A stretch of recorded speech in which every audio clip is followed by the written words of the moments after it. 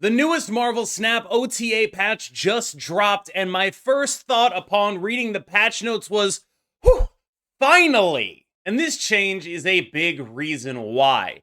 I have long harbored a fear that the devs of Marvel Snap would be happy to allow move bounce to continue wrecking top infinite ladder as long as it didn't trickle down further. One of the major things that has been a through line in the way they balance the game is that they are willing to let things be a little too strong at the very high end of Infinite if they're not actually causing problems for most of the user base. I don't think this is necessarily a problem. It does have some negative impacts for me personally, but it probably is the correct balancing method. If they were to nerf move bounce before it started percolating downwards and more people were able to actually play it, well, then they would run into some really weird problems of a bunch of people, maybe the majority of people, seeing changes like this and not really understanding why, because to them, cards like Dagger are not really problems in any real way. I actually just saw a thread on Reddit where someone said, I think the move cards are gaining too much power, and a bunch of the comments were telling that person that they were wrong because the move cards aren't meta or something like that. And I think that is a reflection of the degree to which a deck's power can change dependent on who's piloting it. At the top end of Infinite, Move Bounce is an extremely powerful deck that is widely acknowledged as one of, if not the best in the game. I would argue that probably if you're like rank 50 or something, like actual 50, not like rank 50 Infinite, then you've probably never seen the deck played at all, let alone played to the level of competency that would be required to actually make it work. The deck is hard to make work. There's a lot of decisions that you have to make, both mechanically and in terms of how you plan out your turns. It's a very powerful deck, but it is probably the hardest a Marvel Snap deck has ever been. Loki sort of set the precedent, where this card was clearly pretty strong at the high end of Infinite, but hadn't really percolated downwards in a meaningful way. What happens is, as this stuff percolates downwards, that's when it starts to get addressed. And according to the patch notes, that's what happened here with Dagger. This is a reaction to them seeing moves spread out. So I really consider this a congratulations moment for the majority of the player base, because y'all finally got good enough for them to sit up and take notice, and frankly, I owe you a great deal for that. I think probably for the past, 4 months, maybe longer, I've been having move bounce near the top of my tier lists pretty consistently because that's the perspective that I provide. And from my perspective, it's been one of the best decks in the game, basically since Madam Web and Aranya came out and we figured out how to actually make it work. This is an extremely powerful deck that is taking a meaningful hit. Dagger being able to scale as high as she did was actually important to the deck. They're adding a bit of a floor onto her and taking away a bit of her ceiling. She is now no longer going to get to this massive lane-winning card after only 2 moves. I mean, she still could get pretty big, but it's not going to be the 24-power Dagger that we live in fear of. It's going to be something much more reasonable, like maybe about 18 power. That's a big cut off of her top-end ability. This is a meaningful move in terms of the power of this deck as a ceiling deck. I doubt it'll be enough to knock the deck off its perch, but it is meaningful. So is this. Aranya is gaining a point of power, but losing a point of power on her ability. Effectively, she represents the same numbers, but not really, because Aranya was one of the most powerful things to be doing specifically with Human Torch because of the way Human Torch scales multiplicatively. It's not like it was bad to put onto something like Vulture or Dagger or anything like that. It was great there too because you'd be copying things like that with your Frigga. But mostly what this card was truly busted at was Human Torch, and it allowed some of the more broken Human Torch draws, like a 12-power Human Torch very early on in combination with one other mover to contest an Iron Patriot lane, and then you bounce it, suddenly you're looking at 24, maybe 48. It's a really big problem. And I think a lot of that scaling, a lot of that ceiling is wrapped up in Aranya's ability to give +2, effectively shortcutting multiple moves out of the process of Human Torch actually happening that way. Now, it's if you have that Iron Fist and you have that Aranya, Human Torch will double up to 4, gain 1 power, and then go to 10. That's not tiny, but it's also not 12. 10 goes to 20, not 24. 20 goes to 40, not 48. Now, a lot of the time when you're getting to those numbers, it won't really matter anyway, but there will be games in which this is a meaningful hit once again to the ceiling of the deck. And I think that is the major issue with move bounce as an archetype, is that incredibly high ceiling combined with the ability to dodge most reasonable interaction tools thanks to being a deck that throws priority. This makes it a very powerful deck in skilled hands, and taking some of the top off of the deck goes a long way towards allowing other decks into the space that Move Bounce occupies as a deck that dodges priority. I'm not saying normal bounce is going to come back. I doubt it, personally. But it does do a little bit to allow more space in that vein. Spectrum is gaining a point of power, which I think is long overdue. She lost a point of power in the middle of 2024 for reasons that I honestly think were fairly spurious. After the Captain America buff, it seems that there was some internal worry that maybe the Spectrum deck would get a little too good. I didn't think it was very good before then, and I didn't think it was very good after then, and I think a lot of what people saw as the Spectrum deck succeeding was actually more of something that was predicated on Luke Cage and Man-Thing, and those cards being good into the meta at the time, and the Spectrum deck being a meaningfully decent place for those cards to go. It wasn't the best Luke Cage Man-Thing type deck at the time, but it was a Luke Cage Man-Thing deck, which meant that it was just very much better positioned than a bunch of other stuff in that metagame. Because of that, I think Spectrum took a bit too much of a hit. She ended up being looked at as a problem card when I don't think she actually was. She got nerfed down to 6/6. I don't think that was a good idea. And her going back to 6/7 is a good thing in its entirety. I'm happy that once again we see an ongoing card or a synergy ongoing card in Series 1 being buffed after the Enchantress buff. When the Enchantress buff happened, I was very happy with it on the condition that it allowed them to do things like this more. Enchantress being the most relevant tech card in Series 1 means that you're able to buff things that she keeps in line in Series 1, so that Enchantress thing I viewed a little bit like opening a door, and I'm glad to see that they continue to open that door. I think it is very important that Series 1 cards be a factor at endgame. They don't have to be only a factor, but I'm not a very big fan of the fact that RSM decks are basically entirely Series 5 at this point.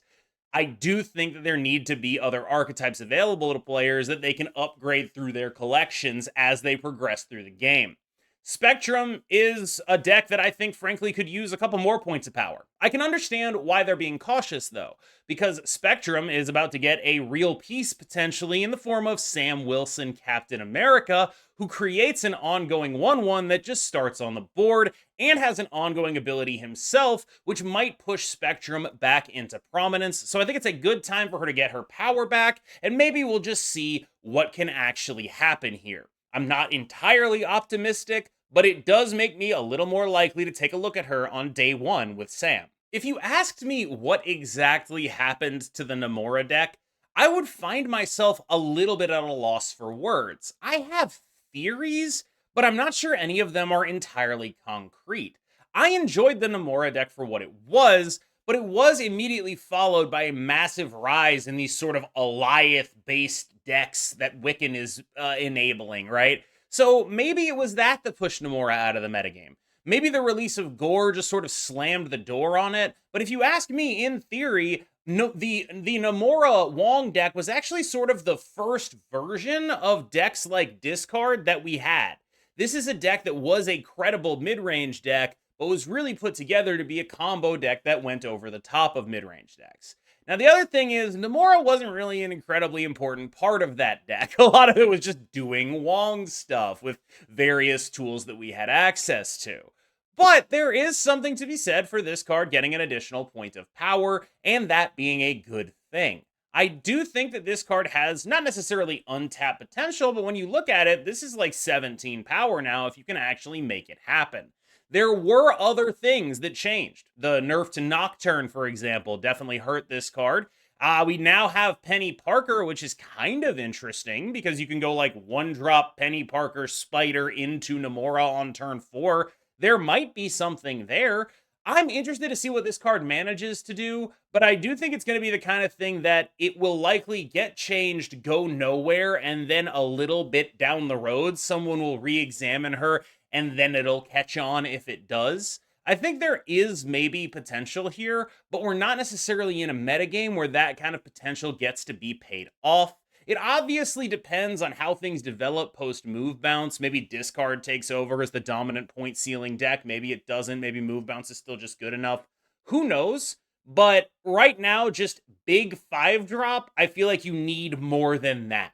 And we have a lot of decks that are playing big 5-drop without really making a lot of sacrifices. And if you're going to really lean into being a Wong deck, you better get used to getting absolutely demolished by Gore the God Butcher, who is kind of everywhere. I hope this change is meaningless. I don't really think Leader's a very fun card to play against. I don't think it's a fun card to really exist right now. I do think there's plenty of stuff that makes it not a good card, even with the extra point of power. Most of that stuff being related to the synergy decks. Leader is at its best when it is a pure stats metagame, a pure mid-range metagame where you're just really trying to do like specific things. I want to play a good card on every turn of the game, and then my 6-drop's going to be better than your 6-drop.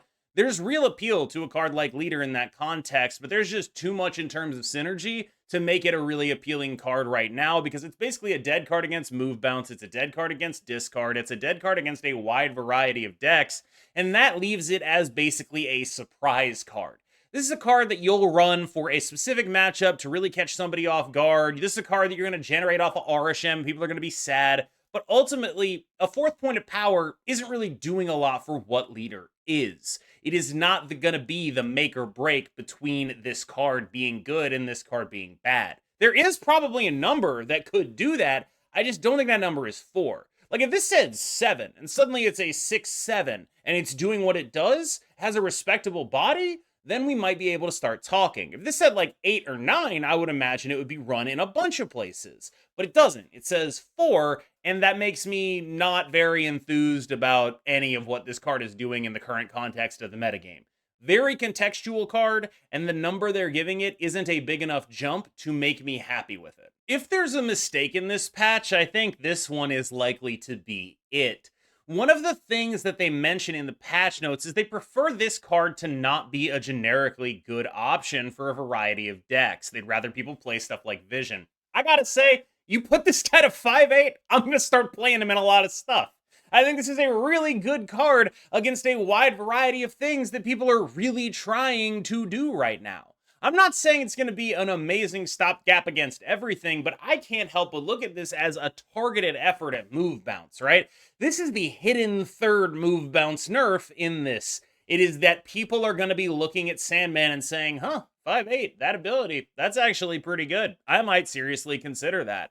And I think at 5-8 stats, he does actually get farther into the realm of like one of the better 5-drops in the game. Like, yes, he is very specific. Yes, he is not good against certain things, but he's really good when he's good.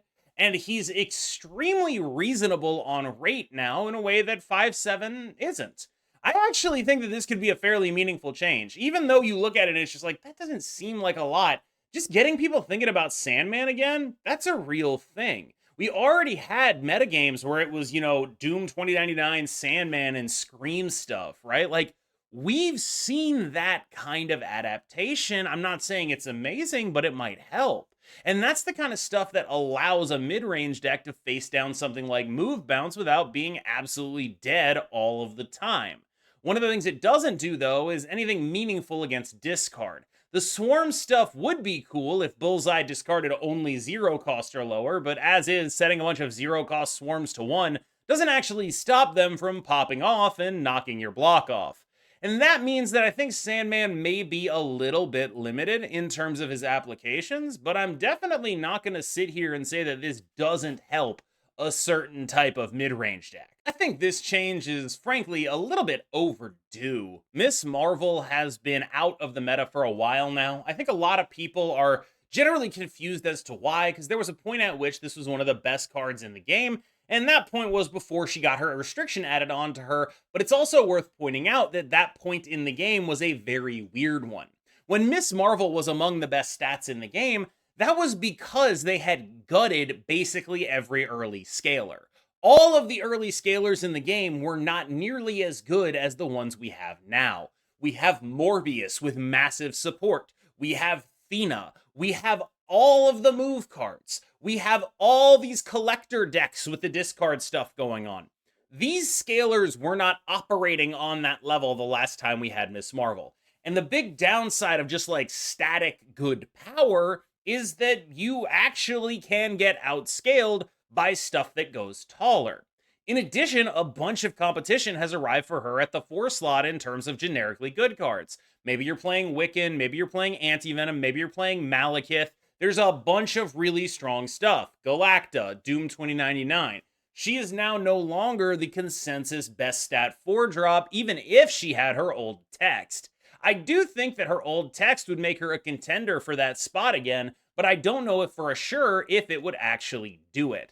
As is, just a 4-5, obviously, we're happy with that. I can see how this kind of thing might make sense, especially with the Spectrum buff, especially with Sam coming out. I can see how putting power back on her at this point in time can be a really good thing.